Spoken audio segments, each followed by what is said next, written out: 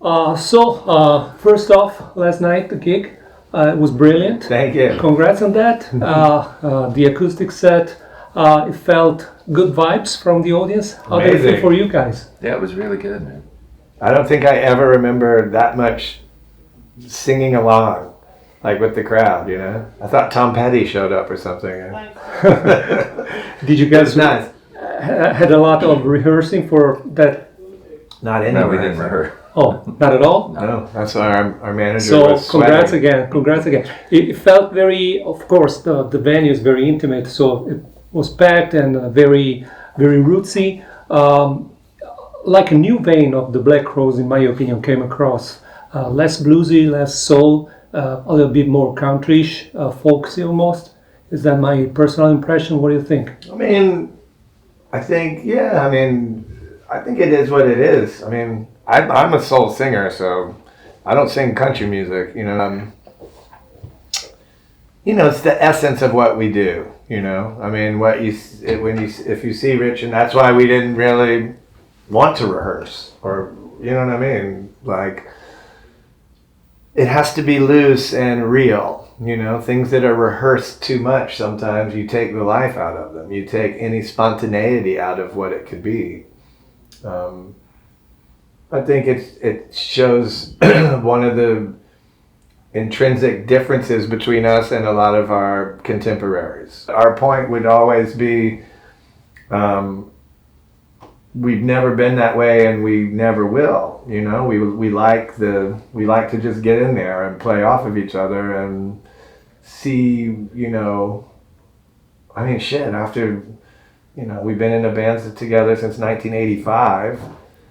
We better be able to pull it together, you know what I mean? Of course you did, and like you said, you pointed out you were a soul singer, and that came across. It was like soul singing on a folksy kind of music. It's also the way that we were doing it, playing it on acoustic guitars, and you know, so maybe sonically that's where it's going to come from. But the songs are the songs.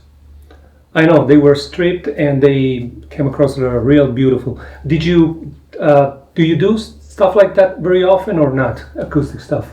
I don't remember us. Other than Brothers of a Feather. Yeah, we did some of those shows back in 2006 or 2006. Yeah, 6. Realistically, I think what's cool about that is that's as close to how Rich and I write. You know what I mean? We're obviously not performing, but you know, when Rich wrote the music to She Talks to Angels, and he played me that, and I sat down and wrote the lyrics and sang it, that's what it sounded like. It's just me and him. And for, you know, that's always been the Black Crowes, you know, from Shake Your Money, Make It to Before the Frost, you know what I mean? Like, when Rich and I write, that's what we do. We sit down by ourselves, you know. Sometimes a producer or, you know, would be with us, but no one else. We never needed anyone else. We didn't write with the band. We didn't, not out of any weird thing, because Rich and I have collaborated with many people, you know, outside of ourselves, but that's what we did. This is our band and our material, and you want to be a part of it, you know. Okay, a couple more questions about last night. You had a bunch of guitars. How do you like playing acoustic compared to playing electric? I love playing guitar, so I don't really, you know, I tend to write on acoustic. I have a bunch of guitars because I have a bunch of tunings. So there's, you know, 5 or 6 or 7 different tunings last night that I was playing through. And he has nice guitars if he wants to show them. Yeah, exactly. And you also picked up a couple of covers last night, one from Stephen Stills and one from Little Feat.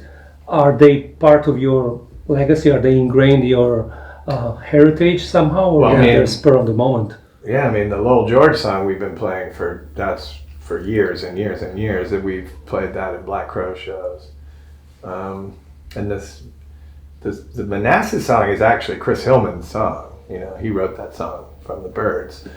But that's always been a part of our thing. So many times is on Before the Frost as well. We recorded that on a Black Crowes record. So, but we've always incorporated other people's music that inspires us, you know, or if there's something about a song that I think we feel we can,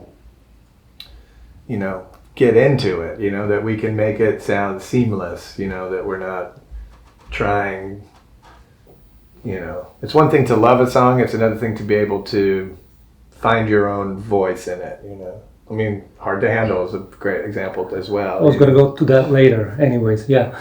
46 dates upcoming, correct?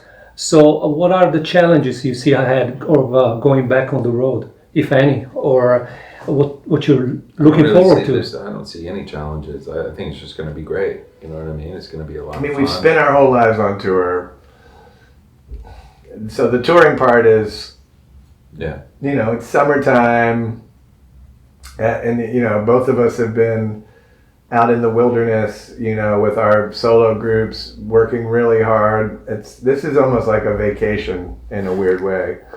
Again, the idea, the presentation that we're putting out there of just focusing on Shake Your Moneymaker as the main part of the show, and then playing our, subsequent hit records and most known sort of stuff, that we can, playing these songs without any jamming or any added things. I mean, that's what, someone just asked, well, won't you get bored? I'm like, no way.